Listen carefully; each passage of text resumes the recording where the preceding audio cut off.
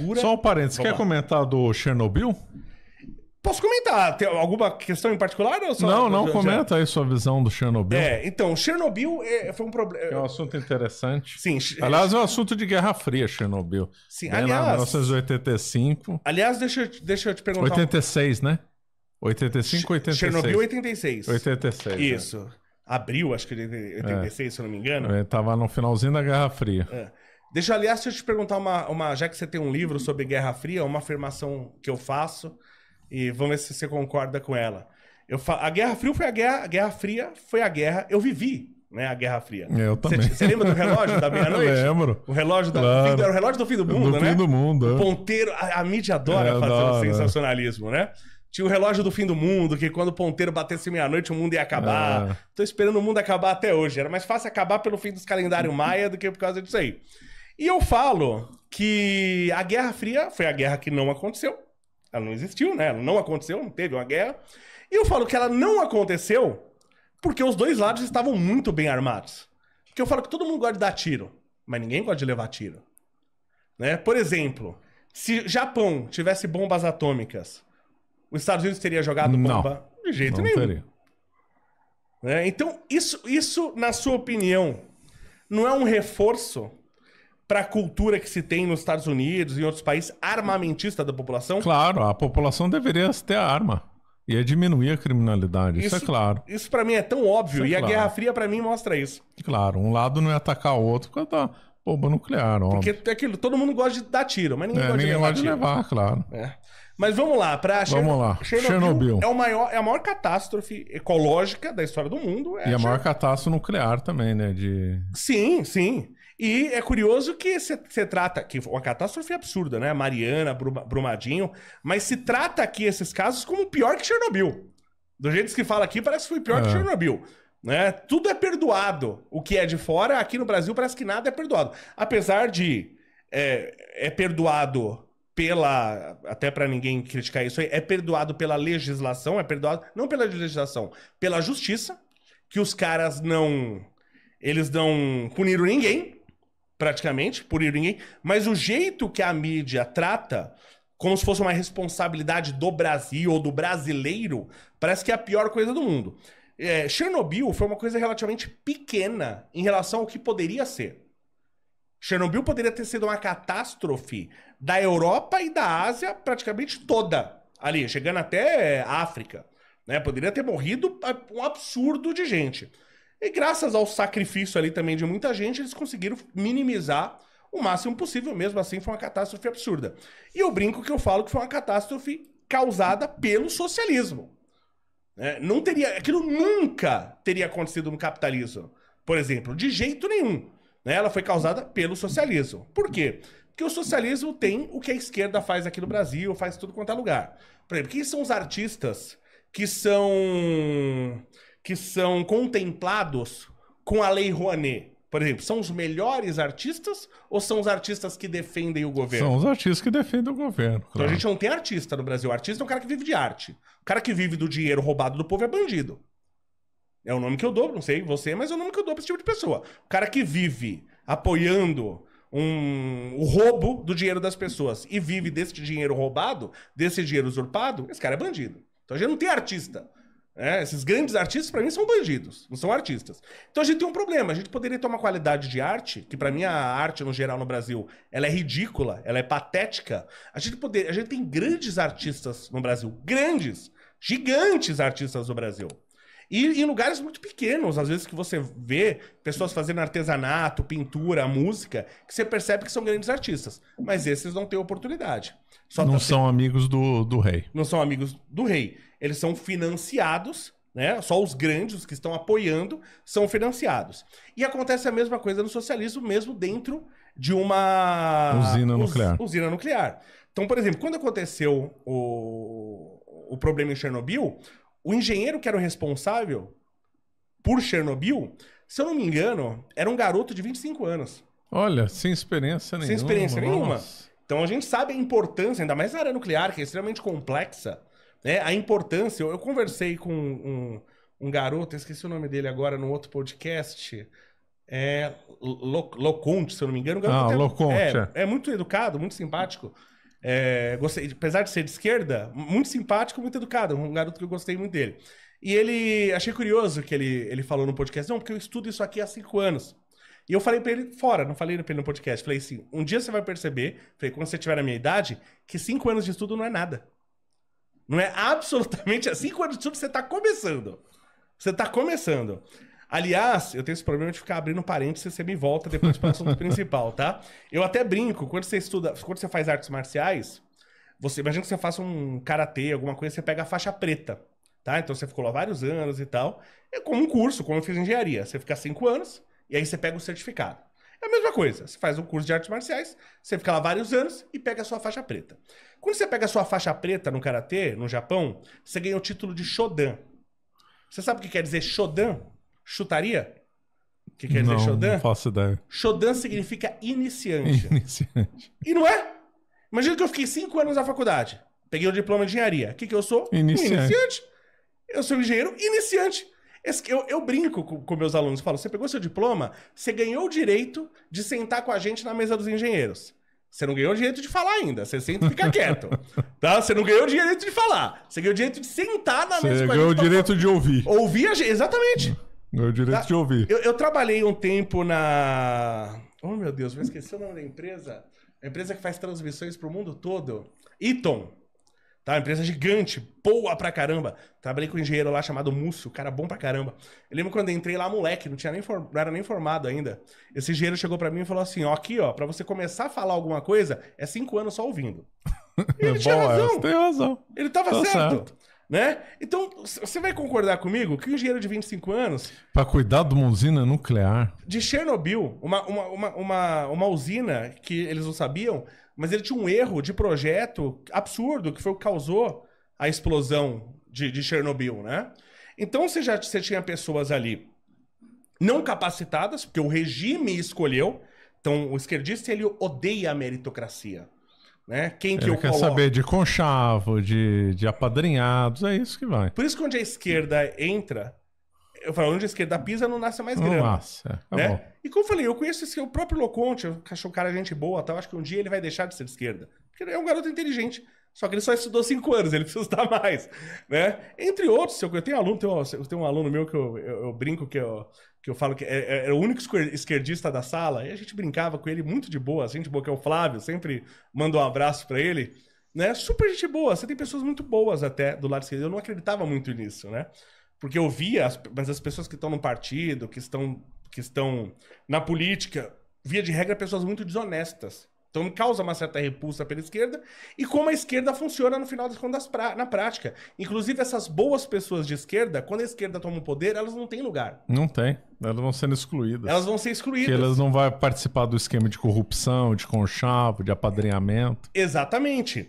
Então, você tinha esse problema, você tinha pessoas... A meritocracia não existe. É se você é amigo de quem, se você é parente de alguém para entrar num lugar... Você tinha um problema que você tem que manter a máscara do regime. Então eles precisavam manter a produção deles lá. E para eles fazerem o teste, o Chernobyl explodiu num jeito de teste. Eles estavam fazendo teste de segurança, né? Um teste de segurança que, aliás, aquela usina não poderia estar funcionando sem esse teste de segurança. Mas eles mentiram. E aí você não pode depois... Porque é o seguinte, chega lá, sei lá quem for, chega lá o Stalin e ele te dá um prazo. Quando o Stalin dá um prazo pra você... Você tem que cumprir. É bom você cumprir. É bom. O Khrushchev falou o seguinte uma vez. Se o Stalin mandar você dançar, você tem que dançar. Exatamente. Sim, acabou. Eu brinco, ó lá de novo, eu tenho mania de ficar abrindo parênteses nas histórias, né? Tem um cara que como projetista e engenheiro eu admiro muito, que é o Porsche. É o cara que desenhou Ferdinand Porsche. E desenhou o Fusca, inclusive. Isso. E o pessoal fala, mas o Porsche, ele era nazista, ele foi do partido nazista. O cara era um gênio, ele era um gênio.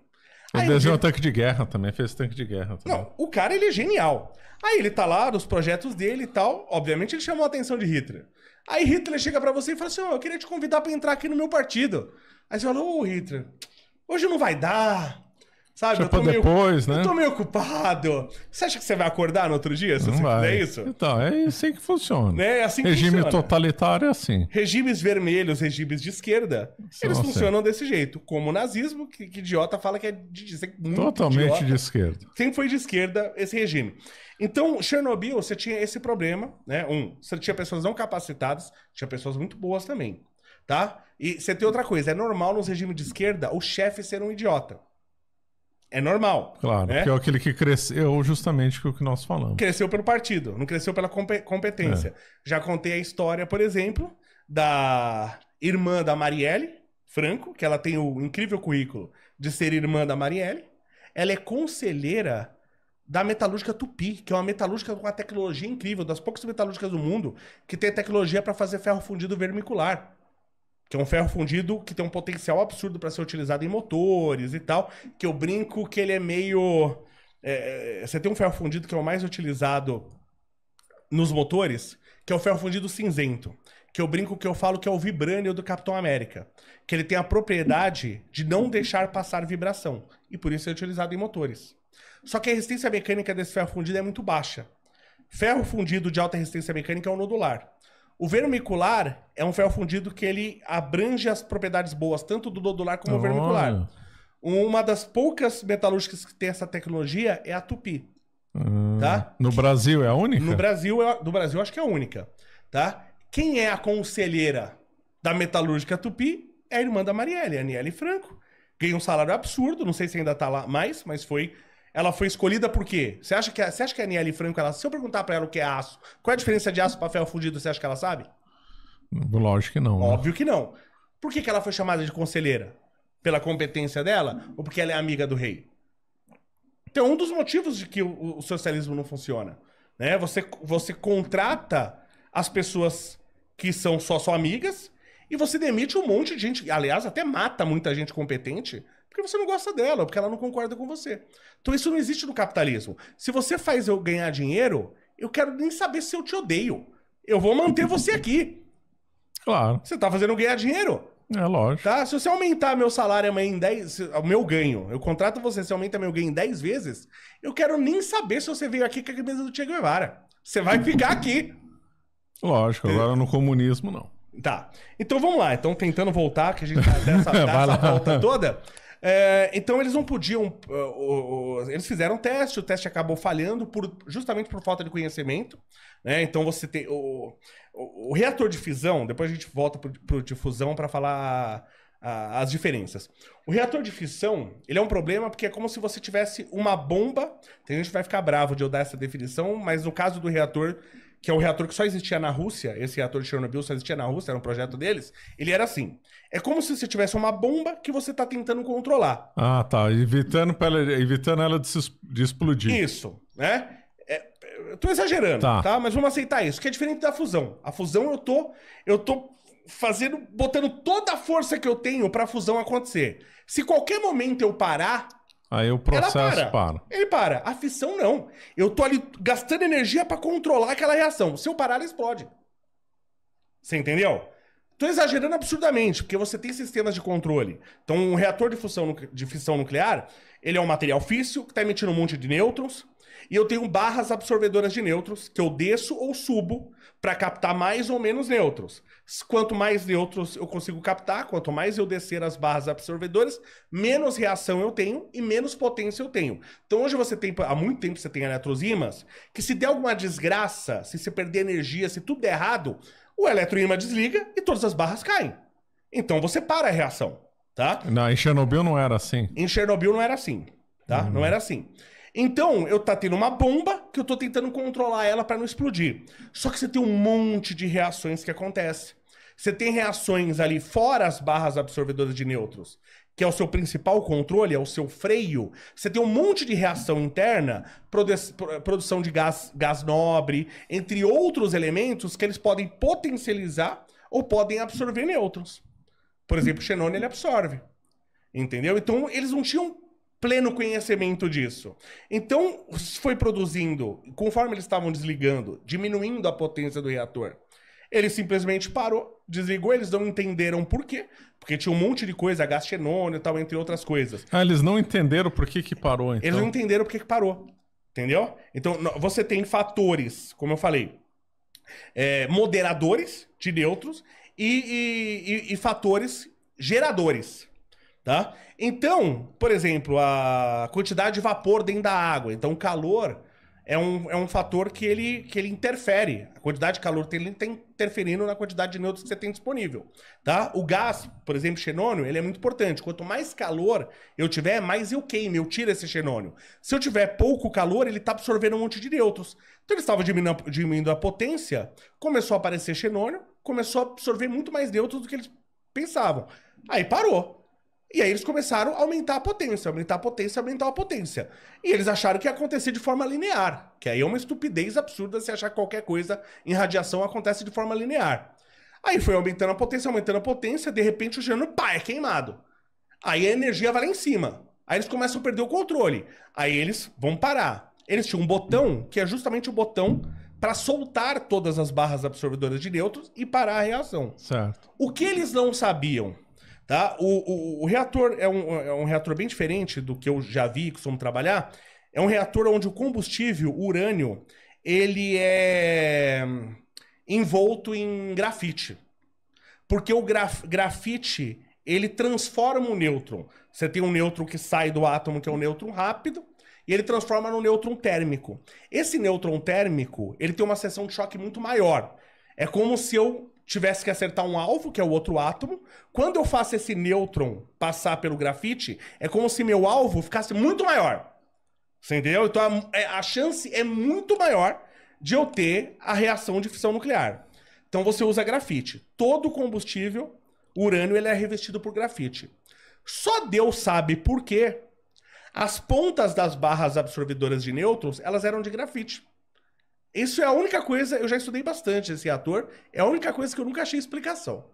Não deveria ser de jeito nenhum. De jeito nenhum. Porque as barras, para tentar aumentar a potência, eles foram tirando 1, 2, 3, tiraram praticamente todas as barras. Tinha umas 500 barras. Sobraram umas 5. Isso você já não podia. Pela descrição do manual você não dele, podia pôr. Você já não podia tirar eles todas essas barras. cometeram um erro crasso aí, Já então. cometeram. Mas por que eles fizeram isso? Porque o cara do partido tava pressionando eles. O cara falou, meu, tá errado, a gente tem que desligar, a gente tem que esperar 24 horas para poder eliminar todos esses materiais que foram formados. E aí a gente liga esse reator de novo. O cara falou. E o cara falou, não, o regime precisa dessa energia. Então o cara que não sabia nada falou, se você não fizer isso, amanhã você não arruma emprego nem de pipoqueiro.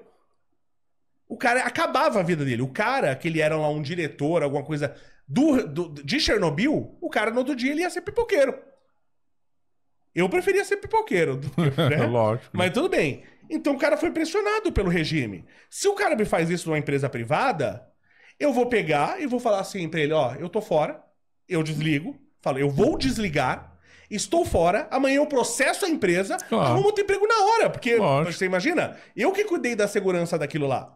Agora, no socialismo, não, a sua vida acaba. Então eles tiraram todas as barras.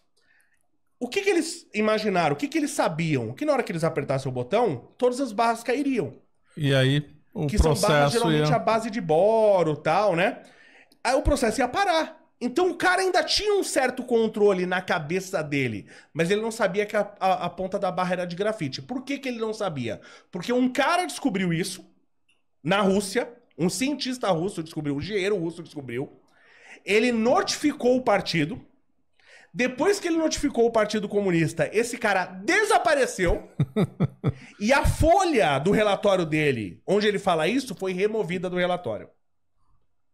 Tá? Então por isso que eu falo que foi o comunismo matou esse monte, causou o maior acidente ambiental da história do mundo. Tá? Foi o comunismo, o socialismo, o esquerdismo, como você queira. Então o cara, se a informação tivesse certa, se fossem simplesmente barras absorvedoras de nêutron, não teria acontecido. Não teria acontecido. As barras iam cair, ia zerar. Ia cessar a reação. Acabou. Só que como essas barras tinham ponta de grafite, na hora que as pontas de grafite bateram primeiro na água, elas transformaram, tinha um monte de nêutrons ali que eles foram transformados, e aí, que eles foram potencializados, e tanto que foi na hora que o cara aperta o botão, que as barras caem, que explode. Ele aperta o botão, daí... Pum! Porque bateu o grafite primeiro. É a única coisa que eu não sei a explicação. Por que que as pontas dessas barras... É uma burrice. E eu te falar, cientista russo não é burro. Eles fizeram grandes projetos. Os caras são bons, porque ele não tem opção na Rússia. Né? Ele não tinha TikTok pra ele ficar fazendo, não tinha opção. Ele tinha que estudar, era a única chance que ele tinha pra ter uma vida menos miserável. Então os caras são muito bons. Já falei isso em outro podcast. A metalurgia, quem estuda metalurgia realmente a fundo, como eu estudo, ele vai ele vai bater nos estudos russos. Os caras estudaram muito a parte de metalurgia, de aço, principalmente aço, ferro fundido no passado. Estudos incríveis. Esses caras não são burros. Tá? Mas mesmo com o partido lá, com o engenheiro novinho, de 25 anos e tal, se essa informação não tivesse sido escondida, porque o cara ainda que estava contando falou, na pior das hipóteses, eu tenho um botão aqui pra apertar. Tem o botão e tô tranquilo. Só que tinha uma informação que ele não sabia, que foi o que causou a explosão. Então, a partir daquele momento que o negócio começou a esquentar, não tinha mais solução. Porque se ele desce, explode. Se ele não desce, o negócio também não explodia de qualquer jeito. Se as barras não tivessem a ponta de grafite, não explodia. Não, eu sei. Mas o que ele poderia fazer sabendo que a ponte era de grafite naquela hora, com a temperatura já subindo muito? Se ele soubesse... É que também acho que ia acontecer do mesmo jeito, que o cara tava pressionando ele ia ter que ligar de novo. Né? Mas se ele soubesse, ele ia falar assim, olha... Na hora que ele talvez descesse algumas antes, talvez, eu não sei. Aí não dá pra saber. Talvez ele não tivesse tirado todas, talvez ele trabalhasse com as pontas dentro do reator, pelo menos as pontas dentro, pra ele já tá com o grafite lá e se ele precisar, ele só descer o resto. Informação, ela nunca é demais, ela sempre vai te ajudar de alguma forma. Se ele tivesse a informação, não aconteceria o acidente, eu não sei, mas ele teria uma chance. Ele teria mais dados para ele poder trabalhar com a situação. Entendi. Ele não tinha. Ele não tinha. A questão que eu posso dar certeza é o seguinte: o fato de ele não saber que as pontas eram de grafite deu certeza para ele que ele poderia controlar a hora que ele quisesse. Ah, tá. Entendi. Entendeu? Então eu posso ir até o limite. Aí acabou, tá na hora tranquilo. que eu precisar, eu aperto aqui. E aí quando ele apertou, explodiu na mesma hora. Né? Na hora que ele apertou, as barras tocaram a água, as pontas de grafite tocaram a água, explodiu. Ixi, aí não tem o que fazer, né? Não, aí acabou. Aí não tem o que fazer. Aí explodiu, aí você liberou... E era tanta radiação, era um absurdo de radiação, que quem via, até de longe, via o céu brilhando. Via todo aquele... como um faixa, assim, né? Brilhando. Por quê? Porque toda aquela energia... Você quebrou o teto ali, né? Primeiro que o lugar não era o lugar para você ter um reator nuclear. Era uma fábrica, fizeram um reator nuclear dentro de uma fábrica. Um reator nuclear, ele tem que ter várias camadas de contenção, que ele não tinha. Se ele tivesse outras camadas, teria segurado a radiação ali, mas não tinha. Então foi um reator que foi feito numa fábrica, já estava errado. Tá? Aí você partiu o teto da fábrica, toda aquela radiação estava escapando para o céu. Quando ela passava pelo ar, a radiação de alta energia, ela ionizava o ar. Então o ar, você tem ali átomos moléculas de oxigênio, nitrogênio que iam sendo ionizadas e elas brilhavam. Então as pessoas achavam bonitas. Bonita, que eles ficavam olhando, olha como o céu tá bonito. Sim, você vai ir pro céu daqui a pouco, né? Ver bem de perto. Então foram vários problemas. Então, agora, claro, como eu falei, ela só aconteceu esse acidente por causa do comunismo. É seguro, a energia nuclear hoje ela é muito seguro. Só que quando a gente partir pra fusão... Não, mas aí explica. Aí explodiu, você falou que podia ter sido pior o acidente. Sim. Por quê? Por quê? Porque como é que você ia lidar? Você tem todo aquele material que tá espalhado. A estrutura tá aberta. Inclusive, relativamente recentemente, terminaram de construir, que foi acho que a maior construção móvel da história do mundo, construíram, porque ainda tá emitindo radiação lá. Vai ficar emitindo radiação muito tempo lá em Chernobyl, né? É Chernobyl, que eu já aprendi há pouco tempo que se fala, né? Chernobyl, que eles falam lá na Rússia. Eles construíram um container, vamos chamar assim, móvel, porque eles não podiam construir... Chamado sarcófago, né? Você viu? Sarcófago. Não dava pra construir em cima da estrutura porque tinha muita radiação. Então eles tiveram que construir mais distante e depois mover ela e colocar em cima. Então eles, há pouco tempo que eles isolaram, que é uma estrutura que deve segurar por pelo menos 100 anos a radiação, porque a própria radiação vai deteriorando o material. Né? Então eles fizeram um isolamento que preste só agora. De 86 para cá fizeram um isolamento só agora. Então o que acontece? Você abriu, você tem um absurdo de material radioativo, emitindo uma radiação que o cara que chegou perto ali, ele podia morrer em segundos, o cara que encostasse ali e tal, morria em segundos, minutos e tal, e eu preciso pegar todo esse material radioativo. Como que eu pego esse material radioativo? Né? Você não tinha robôs na época, até tinha. Até tinha umas máquinas autômatas que eles chegaram a levar, mas a radiação destruiu o equipamento.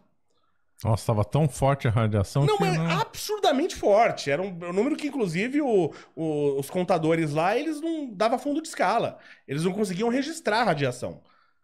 Do absurdo de radiação.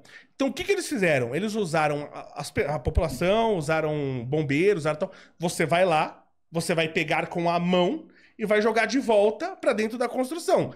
Pra todo cara que você falou isso, você matou o cara. Matou, claro. O cara vai ter contato com isso. Então, eles tiveram que usar... Aí que tá. Esse que é o bacana, vamos chamar assim, é o bacana do socialismo. Porque o socialismo fala pro cara assim, fala assim, ó, vai lá e se mata. E ele não tem outra alternativa, porque ou ele se mata, ou ele morre sob tortura. É. Então, entre se matar, que eu não sei o que é pior, tá? Também, morrer sob tortura ou morrer de radiação. Que a morte... a radiação já deve ser dura. É uma tortura, já é uma tortura. A morte por radiação, você vai destruindo suas células, então sua estrutura de artérias e veias são destruídas, seu sangue vai espalhando, você vai ter uma dor absurda, sabe? É uma tortura, vai ser uma tortura da sua morte. Então eles não tinham o que fazer, aquilo precisava ser varrido pra dentro da construção. E eles pegaram pessoas, colocaram lá uma proteção que não servia pra nada, colocaram uma roupinha lá pra dizer que tinha uma proteção, e mandou essas pessoas irem lá e pegar cada pessoa um tempo mínimo possível, vamos dizer assim, de exposição. Então, eles sacrificaram inúmeras pessoas pra não matar a Europa toda, vamos dizer assim. Na Europa, Ásia e tal, não sei o quê, pra não morrer todo mundo. É um sacrifício nobre, desde que seja escolha sua, e não que você mande o outro fazer. E aí jogaram num lugar pra conter essa radiação. Pra encher depois de areia, boro e tal. Eles jogaram areia lá em cima? Isso. Aí jogaram... Areia, se é só... É o termo. Só, areia, mas joga também, mas misturado com boro, com outras coisas. Aí você tem que jogar, recolher todo o material, jogar no lugar, cobrir e tal, entendeu? Tem uma cena de helicóptero que eu acho que eles jogaram umas coisas lá. Era essa areia? Então, eu vi... Nas filmagens tinha um negócio de helicóptero lá. Num relatório... Eu não sei, eu preciso assistir. Me falaram que saiu um negócio aí que eu preciso assistir também sobre Chernobyl. Mas eu ouvi dizer que até veículos, até parece que helicóptero, ele não conseguiu. Teve helicóptero que acho que caiu por causa da radiação. Eu ouvi dizer, eu não sei se é verdade, mas eu ouvi dizer que aconteceu alguma coisa assim. Porque a radiação ele vai deteriorando tudo, né? Ele vai destruindo as coisas. Então, se você tem um circuito lá, qualquer coisa, ele vai acabar com aquilo. Um material, um fio, ele vai acabar com aquilo. Entendeu? Com a estrutura das coisas. Mas, graças ao sacrifício, é que o legal é que o socialista, ele sacrifica o outro, né? O outro, né? Ele nunca vai. Olha, vamos salvar a humanidade, mas você vai morrer. Ninguém do partido foi lá, entendeu? Não. Quem foram os trabalhadores. E demoraram pra avisar, demoraram pra falar. Muita gente podia ter saído antes, não saiu, dos moradores da cidade, né? Eu falei Como é que chama a cidade? Pripyat, né? O nome, eu acho que é isso aí, mas sinceramente não lembro. Acho que é o nome do lugar. Eu conversei há pouco tempo com um russo que vivia lá. Interessante. O que ele falou? Aí eu perguntei pra ele justamente isso. Inclusive foi num podcast, ele tá online e tal. Foi lá no Três Irmãos e eu perguntei pro cara, falei assim, quando aconteceu? Quanto tempo depois vocês ficaram sabendo, lá na Rússia? Ele falou que aconteceu no sábado e acho que 3 dias depois saiu na TV um chamado assim, tá na TV, assistindo TV Rússia, e apareceu, houve um acidente em Chernobyl, mas está tudo sob controle. Tá, sim. 3 dias depois. 3 dias depois, uma informação 3 dias depois que era pra morrer lá, já morreu. Já morreu. Entendeu? Então todo mundo que tava próximo ali morreu. Entendeu? Não tem como. Que estava próximo quando aconteceu o acidente morreu. Impressionante. Entendeu? Inclusive que parece que o cara que deu a ordem pra realmente ligar de novo, o cara que foi o responsável por Chernobyl explodir, parece que esse desgraçado não morreu. Não morreu? Não. Conseguiu ir embora? Ele não morreu. Morreu, ficou doente e tal, não sei o quê, mas não chegou a morrer. Morreu muito tempo depois. Teve um acidente também nos Estados Unidos, acho que um pouco antes, né? O de... Como é que chama o lugar? 3... Alguma coisa, 3 não sei o quê.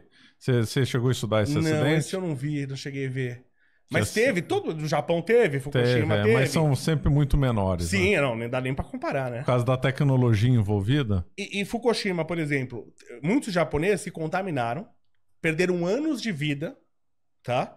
Por causa do acidente de Fukushima, que aí foi por uma questão ambiental, né? Teve um tsunami, teve um terremoto, tsunami e tal, não sei o quê. Só que eles, o japonês, ele tem um sentido de responsabilidade muito grande. Então o cara, ele fez consciente do que estava fazendo e voluntariamente. Então aí você tem uma nobreza. Os que morreram na Rússia, eles nem sabiam com o que eles estavam se deparando. Então eles sabiam que tinha radiação, que era perigoso. Mas não sabiam o quão perigoso era. Perigoso, e eles acreditavam meio na proteção que ali deram pra ele, que não servia pra nada, servia pra porcaria nenhuma, e ele não tinha escolha. Ele tinha que ir. Qualquer japonês que não quisesse ir lá, ele não precisava ir. Mas eles foram pelo senso de dever que o cara tem. Certo. E aqui no Brasil poderia ter um acidente também na Angra, ou a tecnologia é diferente? Como é que é? O Angra 3 é o mais preparado para acidente, até a cúpula dele é diferente, tal, é o mais preparado.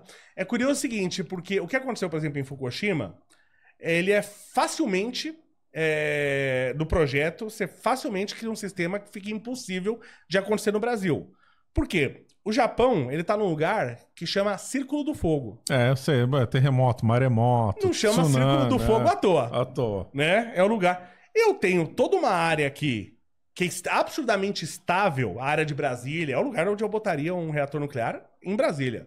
Né? Você acha que esse seria o lugar? Porque se aconteceu um acidente, na pior das hipóteses, acontece algo de bom. Né? Então eu colocaria ele em Brasília. Mas não só por causa disso, porque é um terreno muito estável. A área central do Brasil não vai dar terremoto, não tem como ter tsunami. Então nenhum desses problemas aconteceriam. Tá? Onde a gente colocou os nossos reatores nucleares? No terreno mais instável que a gente tem do Brasil, que é justamente na costa brasileira. A desculpa é da disponibilidade da água, mas eu não colocaria lá. Tanto que tinha um outro projeto de criar de trazer mais 10 reatores nucleares para o Brasil, e iam ser colocados ali na região de Peruíbe, Itanhaém. Né? Aí o pessoal até me perguntou na época, você é a favor da energia nuclear? Eu falei, sou muito. Você quer esses reatores nucleares no Brasil? Eu falei, não. Aí falou, você não é a favor? Você não confia? Eu falei, confio na energia nuclear. Eu não confio muito em brasileiro lidando com isso. Entendeu? Porque tem um caso, acho que já contei essa história, de um avião que foi no Brasil, que o vidro do para-brisa, vamos chamar assim, ele saiu. E o piloto foi puxado para fora.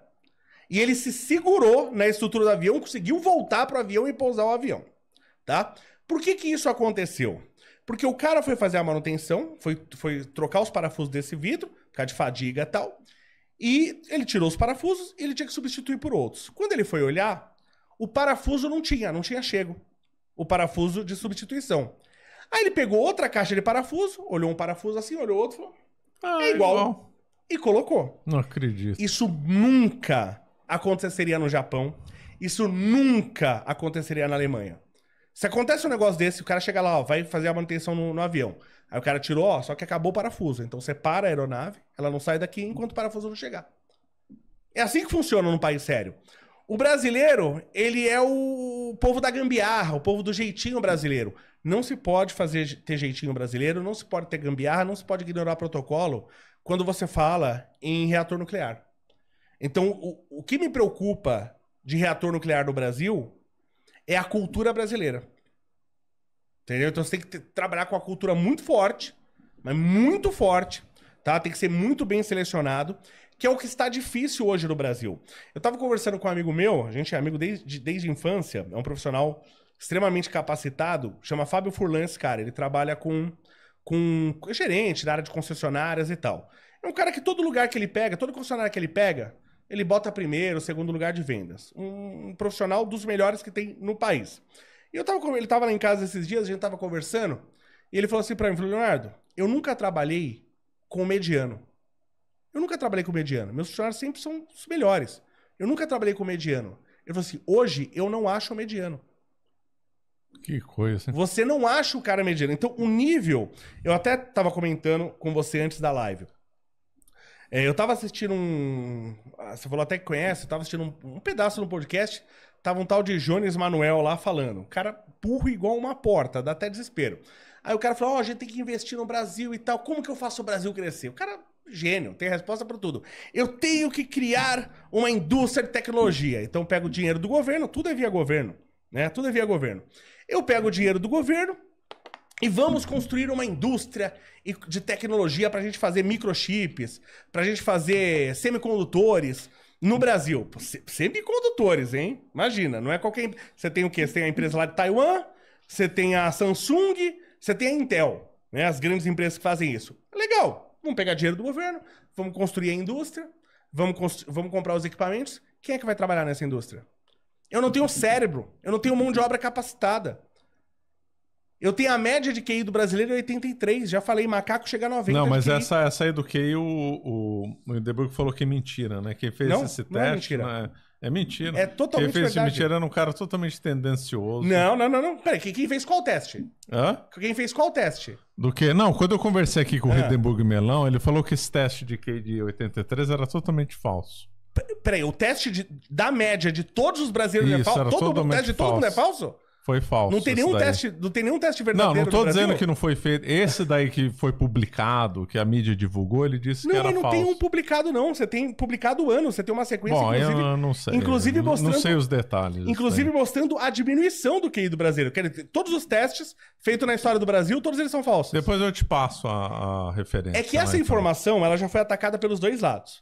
Ela foi atacada essa informação é falsa. Tá bom, então quanto que é o QI do brasileiro? Então me fala quanto que é. Ninguém sabe, ninguém nunca fez teste de QI. Então você tem instituições sérias, várias. Aliás, a evolução do teste de QI no Brasil foi absurda. Eu vi testes recentes que, quando eu fiz teste a primeira vez, ele te dava um número. Hoje ele te dá o seu QI em várias inteligências. Ele avançou absurdamente.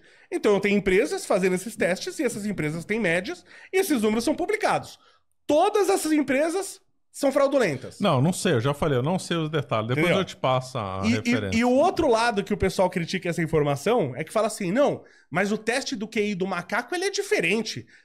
É óbvio! Eu quero falar, é um teste que é meio pra criança, porque é um teste que ele vai dar coisa, ele tem que manipular. É lógico, você acha que você vai dar um livro pro macaco que ele vai ler e vai responder as perguntas. É óbvio que o teste do macaco é diferente. Então são proposições meio estúpidas que tentam atacar isso aí. Então tudo bem, o QI do brasileiro, então isso aí tá errado. Quanto que é o QI do brasileiro, então? Bom, não sei. Então... Bom, vamos ver, depois eu te mando a referência, que eu também não sei, não entendo do assunto. Você acaba de assistir um corte do Caravelas Podcast. Na tela está aparecendo o episódio completo e outro corte. Muito obrigado pela atenção.